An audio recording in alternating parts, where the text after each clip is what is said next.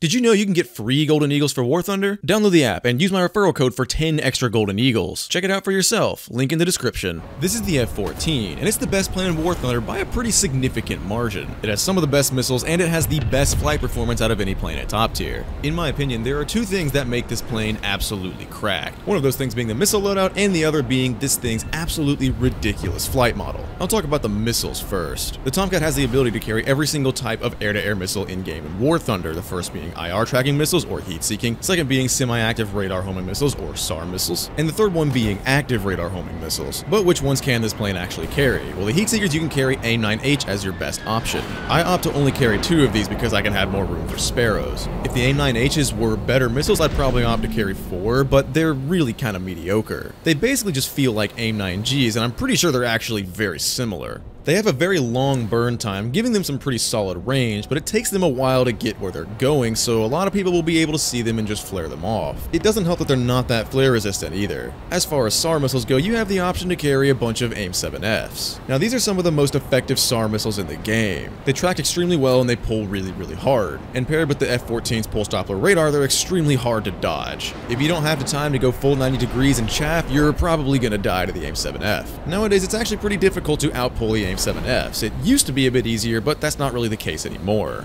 And then moving on from that, we have our active radar homing missiles, the AIM-54 Phoenix. Now those of you who play top tier right now will probably notice at the beginning of every match, you'll see a bunch of missile trails coming your way before you start seeing any other planes. Those are the AIM-54 Phoenixes. Now, I kind of have mixed feelings about the Phoenix. They're relatively effective, they're not great, but they do get kills. I'm either taking none of them or I'm taking only 2, and the rest are AIM-7Fs and AIM-9Hs. You know, I guess I should explain the Phoenix a little bit. Phoenixes are designed to be extremely long range, and they're meant to be used with a TWS radar mode, TWS standing for track while scan. The beauty of the Phoenix is that you don't have to maintain radar lock with whoever you're shooting it at because it's an active radar homing missile, meaning it'll track it all on its own. This allows you to immediately switch targets after firing off your first Phoenix, so while the first Phoenix is still in the air, you can switch targets and fire off another Phoenix even though the first one's only been in the air for a short amount of time. Now this does sound cool and all, but their effectiveness is a little bit limited in War Thunder. Now don't get me wrong, they do work, and I have managed to get quite a few kills with them, but they are relatively easy to avoid. All you gotta do is go 90 degrees and chaff. And if that doesn't work, you can just outpull the missile, it's really not difficult. But I guess with the huge influx of F5C players with this recent sale, there's probably a pretty significant portion of people who don't know how to do it. Now that the missiles are out of the way, what else makes this thing so good?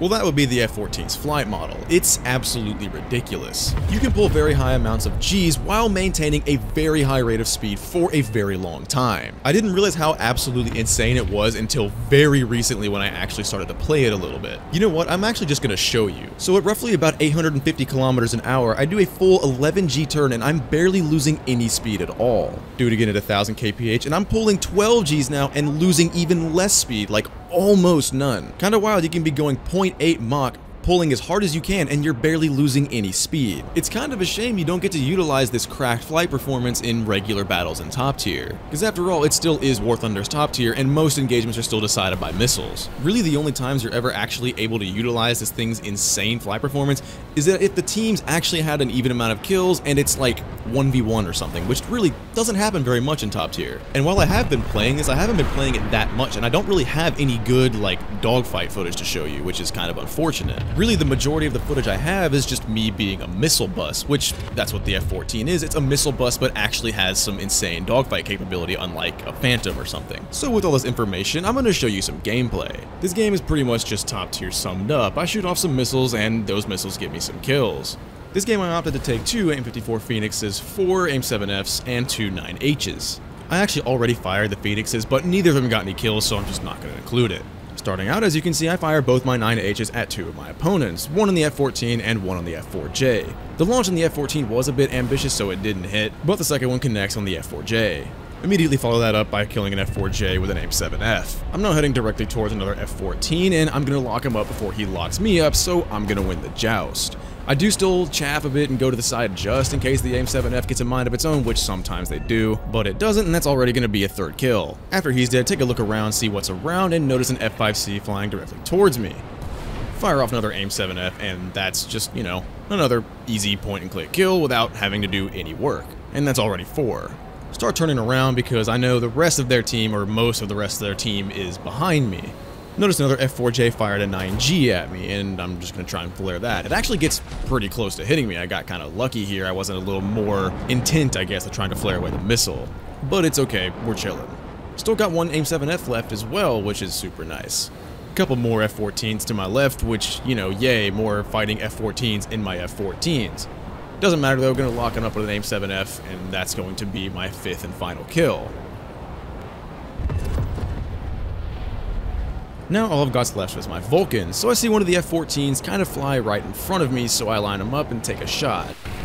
Get a crit, and he's not going to go down. Unfortunately, my teammate ends up taking it. And you know, I could have ended up getting 1 or 2 more kills, but for some reason, the game automatically switched my fuel load to 30 minutes at the beginning of the match, and I didn't notice. And those of you who play the F-14 a lot know that this thing gets terrible fuel economy. So I ended up having to RTB and land and take back off again, only for the last guy alive, another F-14, to just crash into the ground. Unfortunate, but it is what it is. There is one more thing about the F-14 that makes it a little bit tricky. In fact, it's the only thing that makes flying this thing tricky. And that's the fact the engines burn unbelievably hot, so it's extremely difficult to flare most missiles. From a rear aspect, at least. Front aspect, it's not that bad, but if rear aspect, it's really hard to dodge missiles. If you get an AIM-9L fired at you rear aspect, good luck. You actually have to be pretty careful with your positioning and try to avoid anybody that has AIM-9Ls. Hell, I've even seen R-60s connect on F-14s that cut their afterburner and flare. Like, that's legit the only downside of this plan. I can't even think of another one unless you count, like, bad fuel efficiency, but that's really dumb. You could just take more fuel. In reality, this is objectively the best fighter in War Thunder, but even though this is the best, I still prefer the J-7E. Alright, that's gonna be it for me today. I'll see you guys next time. Peace.